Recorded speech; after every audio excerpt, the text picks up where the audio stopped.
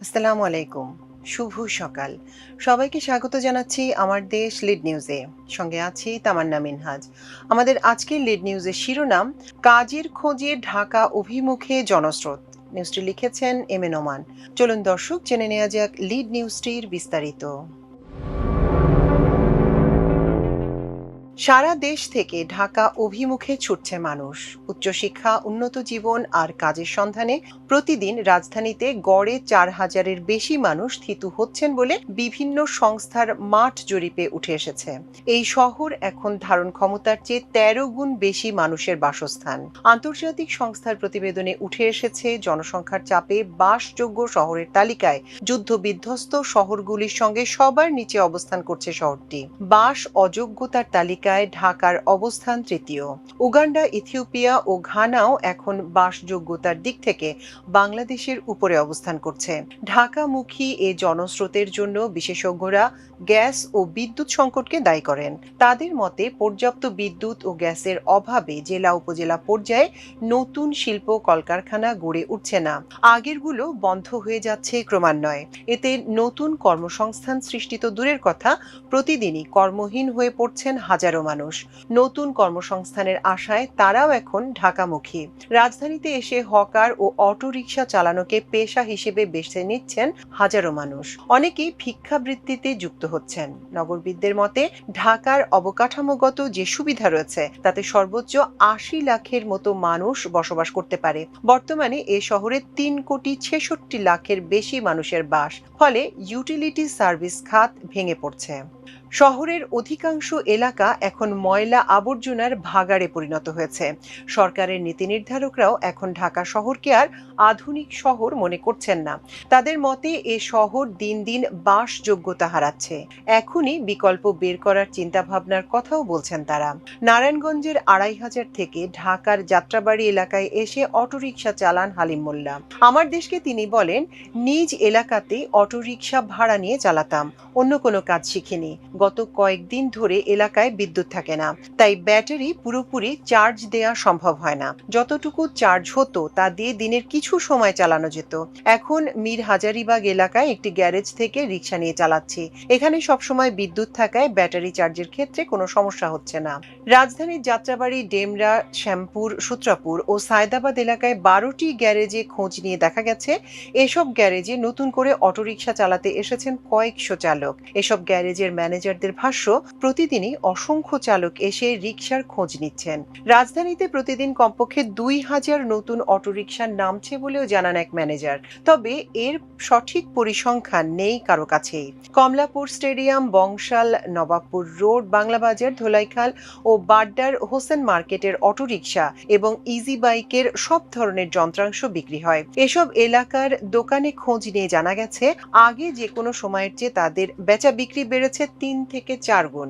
Parts আমদানিকারকরা জানিয়েছেন, অটোরিকশায় ব্যবহৃত যন্ত্রাংশ এবং এর যাবতীয় সবকিছুই চীনের তৈরি। তাদের আমদানি অর্ডারও বেড়েছে আগের তুলনায় কয়েক গুণ। ঢাকায় অটোরিকশার বাড়বাড়ন্তকে উৎপাত হিসেবে দেখছে বাংলাদেশ যাত্রী কল্যাণ সমিতি। সমিতির সমীক্ষা অনুযায়ী বর্তমানে রাজধানীতে 20 লাখের বেশি অটোরিকশা চলাচল করছে। এর মধ্যে প্যাডেল চালিত 80,000 রিকশার অনুমোদন রয়েছে, বাকিগুলো অবৈধভাবে চলাচল করছে। সমিতির মহাসচিব মোহাম্মদ মোজাম্মেল হক বলেন, ঢাকা এখন পুরোটাই অবৈধ অটোরিকশা চালকদের দখলে চলে গেছে। দুর্ঘটনার পাশাপাশি প্রতিনিয়ত শত শত গাড়িতে আঘাত করছে। অটোরিকশার দৌরাত্ম্যের শিকার হয়ে রাজধানীতে ব্যক্তিগত গাড়ি চলাচলও 1/3 কমে গেছে বলে তিনি জানান। নতুন গ্যাস সংযোগ না পাওয়া, পুরনো সংযোগে চাপ কম থাকা এবং নিরবচ্ছিন্ন বিদ্যুতের অভাবে দেশে নতুন করে শিল্প ও কলকারখানা গড়ে উঠছে না। আগের শিল্প কারখানাগুলো উল্লেখযোগ্য অংশ গ্যাস বিদ্যুৎ সংকটে বন্ধ করে দিতে হয়েছে। চালুগুলো নিরবচ্ছিন্নভাবে চলছে না। ব্যাংক ঋণ শোধ করতে না পেরে অনেকেই ব্যয় সংকোচনের অংশ হিসেবে শ্রমিক ছাঁটাই করছে, এমন অভিযোগ উদ্যোক্তা ও ব্যবসায়ীদের বিভিন্ন সংগঠনের নেতাদের। তাদের মতে, সাম্প্রতিক বছরগুলোতে তীব্র গ্যাস ও বিদ্যুৎ সংকটের কারণে সারা দেশে 5 শতাধিক শিল্প কারখানা বন্ধ হয়েছে। এতে প্রায় 2 লাখ শ্রমিক বেকার হয়েছে। জ্বালানি বিভাগ ও পেট্রোবাংলার সূত্র জানিয়েছে, বর্তমানে দেশে গ্যাসের চাহিদা দিনে 380 কোটি ঘনফুটের কিছু বেশি। দেশীয় উৎপাদন এবং আমদানি মিলিয়ে 265 কোটি ঘনফুটের মতো সরবরাহ করা সম্ভব হচ্ছে। এতে প্রতিদিন 115 কোটি ঘনফুট ঘাটতি থাকছে। ফলে বাসাবাড়ি, শিল্প ও কলকারখানা এবং পরিবহনে গ্যাস সংকট লেগেই আছে। আর বিদ্যুৎ বিভাগ জানিয়েছে দেশের উৎপাদনের সক্ষমতা 29,000 মেগাওয়াটের বেশি হলেও জ্বালানি সংকটের কারণে 14,000 মেগাওয়াটের বেশি উৎপাদন করা সম্ভব হচ্ছে না। এতে পিক আওয়ারে 3,000 মেগাওয়াটের মতো বিদ্যুৎ ঘাটতি থাকছে। গবেষণা সংস্থা সেন্টার ফর পলিসি ডায়ালগের সম্মানীয় ফেলো অধ্যাপক ডক্টর মোস্তাফিজুর রহমান বলেন, এত শিল্প কারখানা বন্ধ থাকা এবং বিপুল সংখ্যক কারখানা বন্ধের ঝুঁকিতে থাকা দেশের সার্বিক অর্থনীতির জন্য অনেক বড় অভিঘাত। এর ফলে বেকার শ্রমিক ও কর্মহীন মানুষ দলে দলে কাজের জন্য ঢাকায় আসছে। নগর পরিকল্পনাবিদদের মতে ঢাকা আর সেই আগের অবস্থায় নেই। ধীরে ধীরে এ শহর বাসযোগ্যতা হারিয়েছে। বাংলাদেশ পরিসংখ্যান ব্যুরো তথ্য মতে ঢাকা মহানগরের আয়তন 1,528 বর্গ কিলোমিটার, যা মূল ভূখণ্ডের মাত্র 1%। 1971 সালে ঢাকার জনসংখ্যা ছিল 18 লাখ, যা মোট জনসংখ্যার মাত্র 2%। 2000 সালে এ শহরের লোক সংখ্যা ছিল 1,74,00,000। সর্বশেষ জরিপ অনুযায়ী ঢাকার জনসংখ্যা দাঁড়িয়েছে 3,66,00,000-এ। জাতিসংঘের আবাসন প্রোগ্রামের পরামর্শ অনুযায়ী একটি বাসযোগ্য শহরের প্রতি একরে 60 জন বসবাস করতে পারে। সর্বোচ্চ মানদণ্ডেও এই সংখ্যা 120 জনের মধ্যে সীমিত রাখতে বলা হয়েছে। তবে 400 বর্গ কিলোমিটার আয়তনের ঢাকা মহানগরীতে গড়ে প্রতি একরে 800 মানুষ বাস করছে, যা আন্তর্জাতিক মানদণ্ডের 13 গুণ বেশি। সাম্প্রতিক সময়ে কাজের সন্ধান ও বিভিন্ন প্রয়োজনে রাজধানীতে প্রতিদিন গড়ে প্রায় 4,000 মানুষ নতুন করে ঢুকছে। এ তথ্য জানিয়েছে যাত্রী কল্যাণ সমিতির মহাসচিব মোহাম্মদ মোজাম্মেল হক। নগরবিদের মতে এ নগরী বেড়ে উঠেছে পরিকল্পনাহীন ও পুরোপুরি অগোছালো পদ্ধতিতে।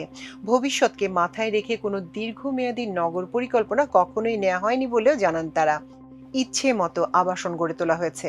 অপরিকল্পিতভাবেই তৈরি করা এখানকার সব রাস্তা, সড়ক ও ফুটপাত। বর্তমানে ঢাকায় বর্জ্য ব্যবস্থাপনা, বিদ্যুৎ, পানি, গ্যাস পরিষেবার সীমাবদ্ধতা প্রকট। এই শহরে বড় জোর 70 থেকে 80 লাখ মানুষের উপযোগী। সর্বোচ্চ 80 লাখ মানুষের পরিষেবা ভাগ করে ভোগ করছেন 3,66,00,000 মানুষ। ফলে সংকট প্রতি ক্ষেত্রেই রয়েছে। ঢাকার এ সংকটের কথা স্বীকার করেছেন সরকারের নীতি নির্ধারকরাও। বিশ্বের 173টি শহরের ওপর ইকোনমিস্ট ইন্টেলিজেন্স ইউনিট পরিচালিত জরিপের ফলাফলে দেখা গেছে টানা দ্বিতীয় বছরের মতো বিশ্বের সবচেয়ে কম বাসযোগ্য শহরগুলোর একটি হিসেবে স্থান পেয়েছে ঢাকা। গত বছরের মতো এবারও তালিকায় বাংলাদেশের রাজধানীর অবস্থান 171তম। সম্প্রতি প্রকাশিত ইআইইউর গ্লোবাল লাইভেবিলিটি ইন্ডেক্স 2026-এ দেখা গেছে ঢাকার মোট স্কোর 42। ঢাকার নিচে রয়েছে শুধু ত্রিপলি ও দামেস্ক। তালিকায় ত্রিপলির অবস্থান 172তম এবং দামেস্ক রয়েছে সর্বশেষ 173তম স্থানে। ইআইইউ শহরগুলোর বাসযোগ্যতার মূল্যায়নে 5টি সূচক বিবেচনায় নিয়েছে: স্থিতিশীলতা, স্বাস্থ্যসেবা, সংস্কৃতি ও পরিবেশ, শিক্ষা এবং অবকাঠামো। প্রতিবেদনে বলা হয়েছে গত কয়েক বছর ধরেই বাসযোগ্যতার সূচকে ধারাবাহিকভাবে তলানির দিকে রয়েছে ঢাকা। বিএনপি মহাসচিব এবং স্থানীয় সরকার, পল্লী উন্নয়ন ও সমবায় মন্ত্রী মির্জা ফখরুল ইসলাম আলমগীর সম্প্রতি একটি অনুষ্ঠানে বলেছেন, ঢাকা মহানগরকে বাসযোগ্য মনে হয় না। নিঃশ্বাস নেয়ার অবস্থা নেই। প্রত্যেকটি প্রতিষ্ঠান ধ্বংসের দ্বারপ্রান্তে। এই অবস্থা থেকে বের হতে না পারলে বসবাস করতে পারবেন না। বিদ্যুৎ ও জ্বালানি সংকটে গ্রামীণ শিল্প কারখানাগুলো বন্ধ হয়ে যাচ্ছে। হাজার হাজার বেকার ও কর্মহীন তরুণ ঢাকামুখী এ স্রোত ঠেকানোর উপায় কি? এমন প্রশ্ন ছিল বিদ্যুৎ, জ্বালানি ও খনিজ সম্পদ প্রতিমন্ত্রী অনিন্দ্য ইসলাম অমিতের কাছে। জবাবে তিনি বলেন, বিগত আওয়ামী লীগ সরকার দেশের বিদ্যুৎ ও জ্বালানি খাতকে ধ্বংস করে কোটি কোটি টাকা দায় দেনা রেখে পালিয়ে গেছে। গ্যাসের উৎপাদন না বাড়িয়ে অপরিকল্পিতভাবে বিদ্যুৎ কেন্দ্র স্থাপন করে বিপুল বৈদেশিক ঋণ রেখে গেছে। আমরা আবার সবকিছু নতুন করে শুরু করেছি।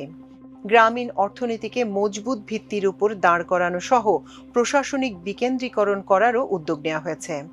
ঢাকা বর্তমানে কতটা বাসযোগ্য? এমন প্রশ্নের জবাবে রাজধানী উন্নয়ন কর্তৃপক্ষ রাজুকের প্রধান নগর পরিকল্পনাবিদ আশরাফুল ইসলাম বলেন, ঢাকা এখন যে হারে মানুষ বাড়ছে তাতে নাগরিক সেবা নিশ্চিত করা কঠিন।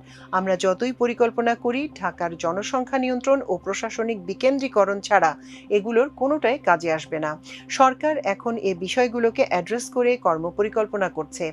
ঢাকার উপর চাপ কমাতে নানা পদক্ষেপ নেওয়া হচ্ছে। আশা করা যায় ভালো ফল আসবে। দর্শক, এই ছিল আমাদের আজকের লিড নিউজের আয়োজন। এতক্ষণ সঙ্গে থাকার জন্য কৃতজ্ঞতা। আল্লাহ হাফেজ।